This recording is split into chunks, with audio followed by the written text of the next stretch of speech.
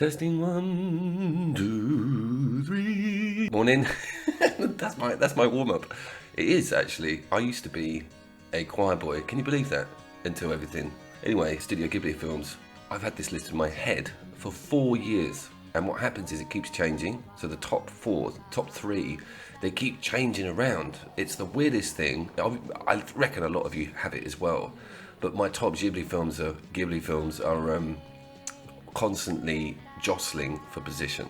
We're going to start with Kikis delivery service, and as an introduction to this, if you are new to me, I am a PS4 gamer, and loyalists, don't worry, I do film and media quite a lot. There is a playlist on my channel. I haven't done it for months, so I thought, what better time, what with the lock-ins, what with Netflix featuring all of these films, most of these films, 90%, there's one that's not on Netflix at the moment, and it's a really good opportunity to look at them all and put you all in the right directions, or give you an idea of what I think about the films, because they are all amazing. It was very difficult to not include some of these. We've only got 10, so some of them didn't make the list. I'll put them in as honorees, and let's talk about this one. You can tell I've picked the original Japanese trailers.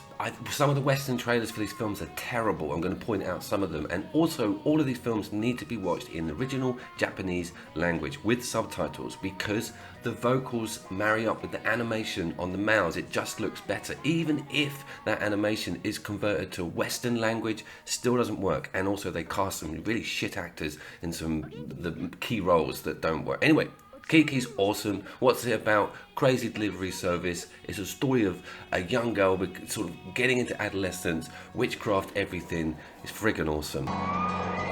One of the more tamer Ghibli films for the whole family, not like this next film.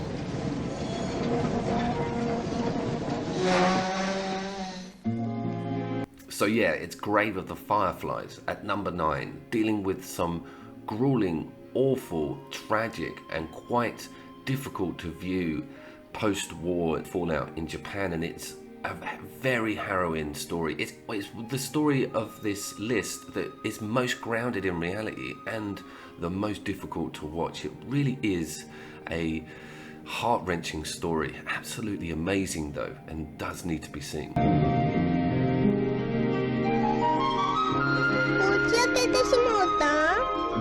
They should show this to prison inmates who've committed murder or something, because it reduces anybody to just rubble. It really gets me. I think it's the voice acting, that child actor, and the conclusion to the story. It's not the most uplifting film on earth, and it is the studio's darkest hour, I think, with subject matter, but it really is fantastic. It does give a lot back, but it's something that you need to put on your Ghibli list. Not available on Netflix, one of the few that isn't actually on Netflix at the moment. Number 9, Grave of the Fireflies.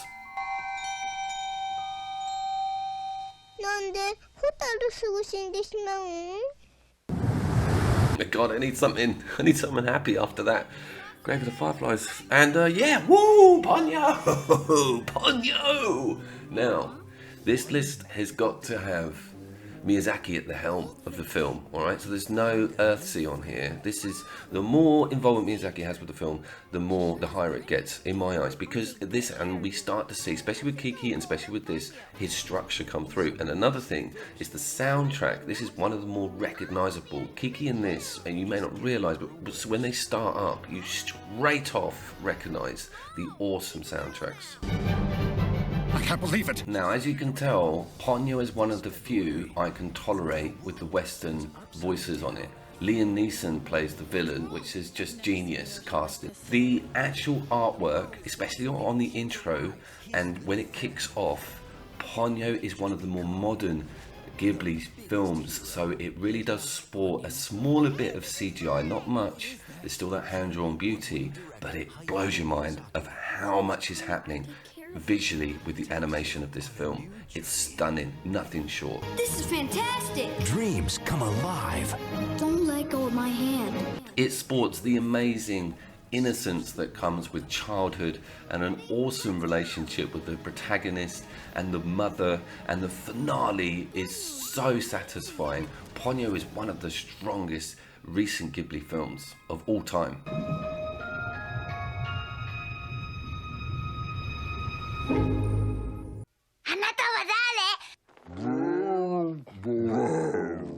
Back to the soundtracks, and one of the best is My Neighbor Totoro. Again, straddling adult and childhood themes with some tragedy meeting some amazing fantasy worlds, and that's one of the things about the studio is how they create reality in worlds that are just quite frankly bananas. The lawnmower out front. I'm having to time my recordings to when he empties the bucket. Anyway, I think it's the NPCs, the non-player characters that are in this. The anthropomorphic characters alongside the protagonist are world famous, like the imagery of that cat and that bus and that awesome big dude. My Neighbor Totoro is number 6. We're getting to the big stuff. The Castle of Callisto came out in 1979. That's the year I was born. And when I watched this a couple of years ago and recently, because it is on Netflix as well, it holds up so well. This is one of the studio's earliest films, and it is really based around a sort of spy, secret agent thriller, and it steals quite a lot from Hollywood and 007 films, but it pushes it all into this amazing Japanese awesome action canon, and the characters are so stereotyped and brilliant. I've never been on such a roller coaster with any of his films as much as this one, and if it was to be made live action, it would be unbelievable, right? Think about who on earth would be able to take on the actual scenes in this film, the car chases, the explosions, the finale in the castle. Some of the stunts are just ridiculous. It doesn't even borrow anything from gravity or reality. At one point he's climbing up the side of a wall on a thread. It's brilliant. There's money everywhere. Go and watch this if you haven't. It's on Netflix right now. It's one of their best. It tells the story of a pair of sort of scoundrelous thieves who become entwined in this massive plot that culminates in one of the best action end scenes ever seen on screen. Marco, ありがとう。いつもそばにいてくれて。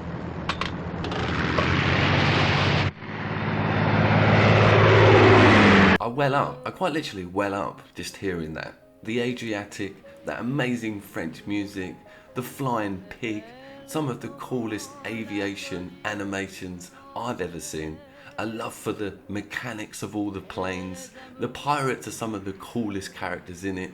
Porco Rosso is the best dogfighting, plane shooting, fist fighting animated film on earth.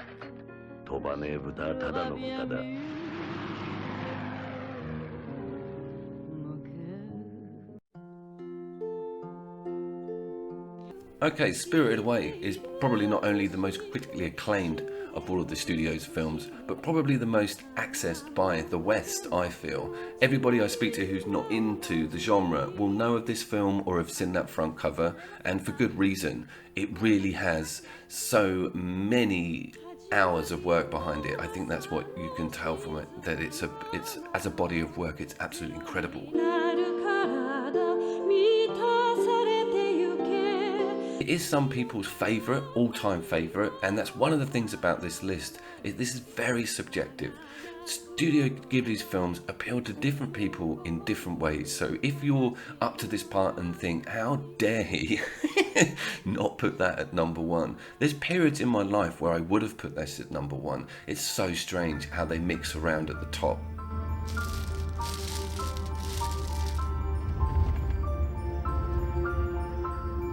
I'm also showing you a couple of different trailers. There's a lot of trailers available for this film. Some of them feature the re-release of it, and some of them the original Japanese versions of the trailers. If you've noticed, the Japanese versions of the trailers have a lot of text in them, and they also have a compulsory translation on screen, which I don't like. I would rather have a nice flush. But it's cool to show you guys what a lot of the taglines are, because they're very different to the Western trailers, which we'll look at for some of the next films that are coming up.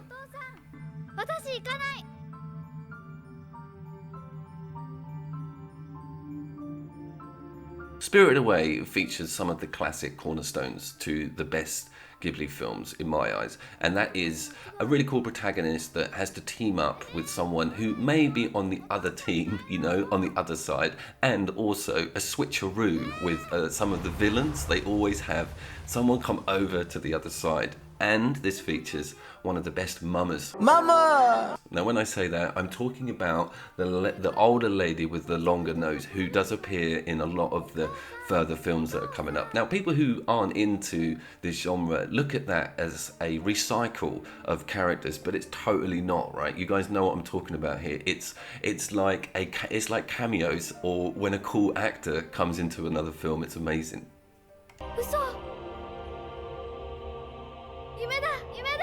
There is an underlying message about family and loyalty and how friendships work. It is a very cool ending as well, and a lot of these films have awesome endings. I do love how everything kind of comes together. It's like Zelda video games, you know, everyone just comes together, a bit like Star Wars at the end. Absolutely amazing. And if this is your best Ghibli film, I totally understand.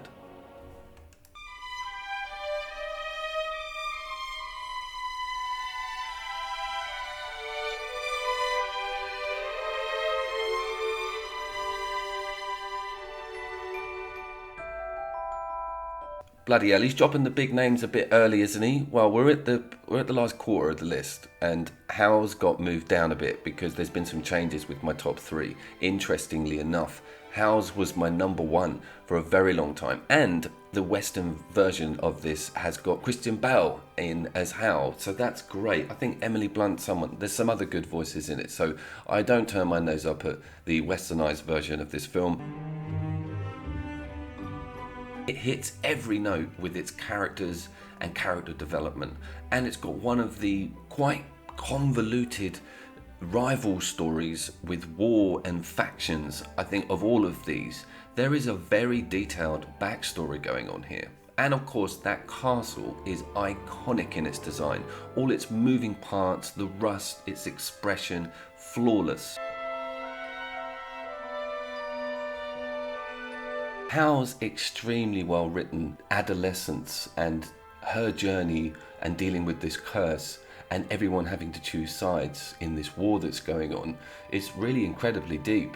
And the transformation scenes with Howl and how he's dealing with almost addiction is a very, very big subject matter. One of the main themes, and a theme that hasn't really come up that strongly yet, that runs through a lot of the top echelons of these films, is love and the power of it, and it does shine through so well in this one.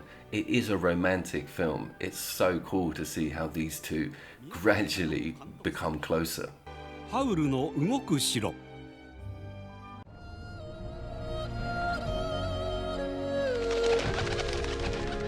One day, everything changed.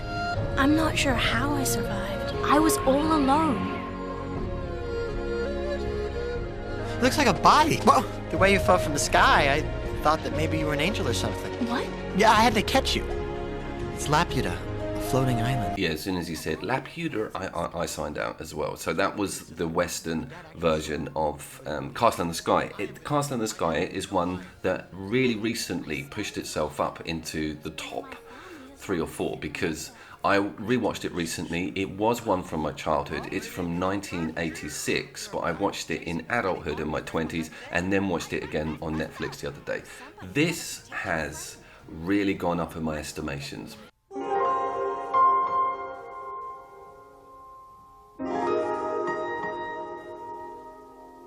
So this is the original Japanese trailer. It's a lot shorter, it's a lot more crazy. I'll play it for you in full in a second. Castle in the Sky has probably got the best mama in it. I think the pirate mama and her relationship with her husband, who's the guy that works in the engine room, which I didn't clock until I rewatched it, is amazing. All the mechanics, the structural mechanics within that ship, and this fantastic story about the crazy castle. It's got aviation in it, it's got robots in it, it's just got pirates in it, lasers, military, giant tanks, amazing.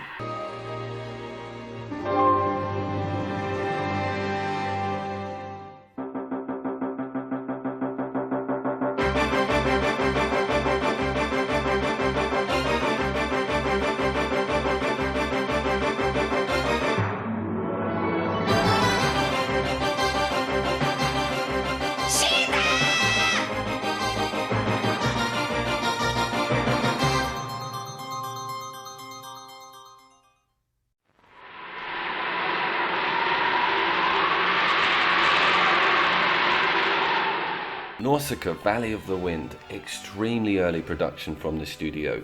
One of the first that they actually released over to the West with an idea of introducing the other side of the globe to this amazing form of animation. It did do quite well. You've got Jean-Luc Picard doing the voice in the English version, but obviously go for the Japanese. It is available on Netflix. It's crazy, this one, and it's got an amazing theme tune. 清らかな風の吹く風の谷に心優しい少女ナウシカがいた。人類は残り少ない資源を争って戦い合い。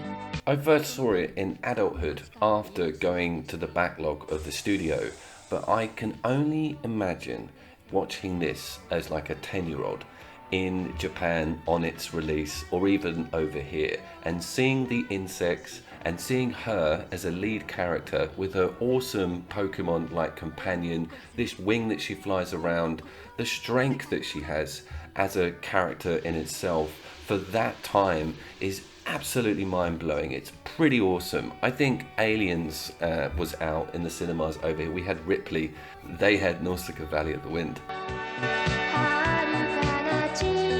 The humanitarian and environmental message that this film sends across is very powerful and extremely poignant, still to this day.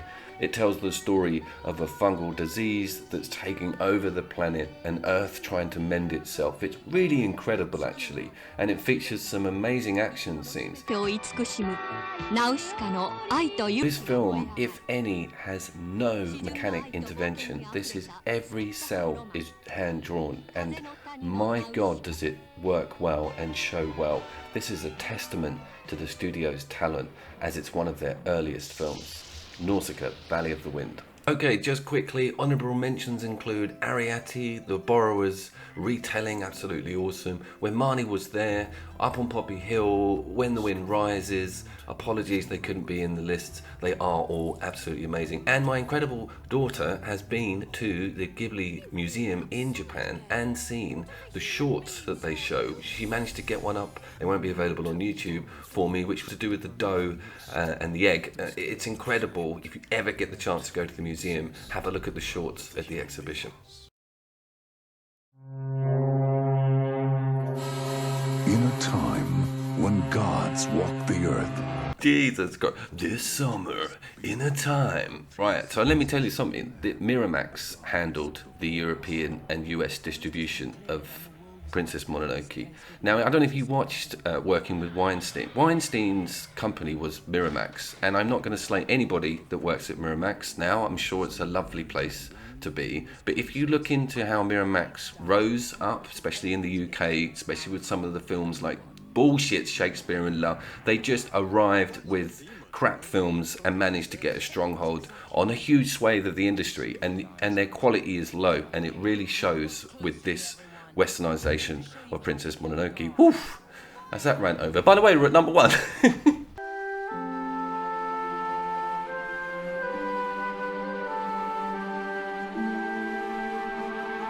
我が一族の血もまた衰えて、この時に一族の長となるべき若者が。 Now that's better. The undubbed Japanese version of this film is outstanding. I love this film in a number of different directions. For me, it's a really good story of two powers and modernization affecting the environment and how things can change with human intervention. It also is an amazing love story and one of the coolest romances ever. Not only does this dude kick so much ass in the film, he pulls the spirit forest bird leader of the wolves. I mean, it doesn't get much cooler than that. And the finale is amazing. One of the things I want to point out is the character in red, you know, the dude who's got the secret army that befriends the protagonist at the beginning, in the Western version has got this horrible voice. It's really deep, almost charming voice. I can't think who plays him. But in the Japanese version, he's much more of a scoundrelous, squeaky, raspy voice, and it fits the character so much better. You will all know who I'm talking about and how that plays out. Princess Mononoke is one of the best animated films of all time for me. I absolutely love it. It should be in the higher end of the Ghibli lists of all lists. I hope you enjoyed this. If you have not clapped eyes on any of these films, my God, you're lucky during this period of lockdown, because you can now pluck out the best of the best. So I hope you will enjoy. Co-op wise, guys, we have something coming out just prior to the weekend. I have some footage finishing it off. Don't worry, it's a big one. We've got some beauties, headphone users. This summer, I shall see you down there. たとえ我が一族子供とも滅ぶとも人間に思い知らせてやる。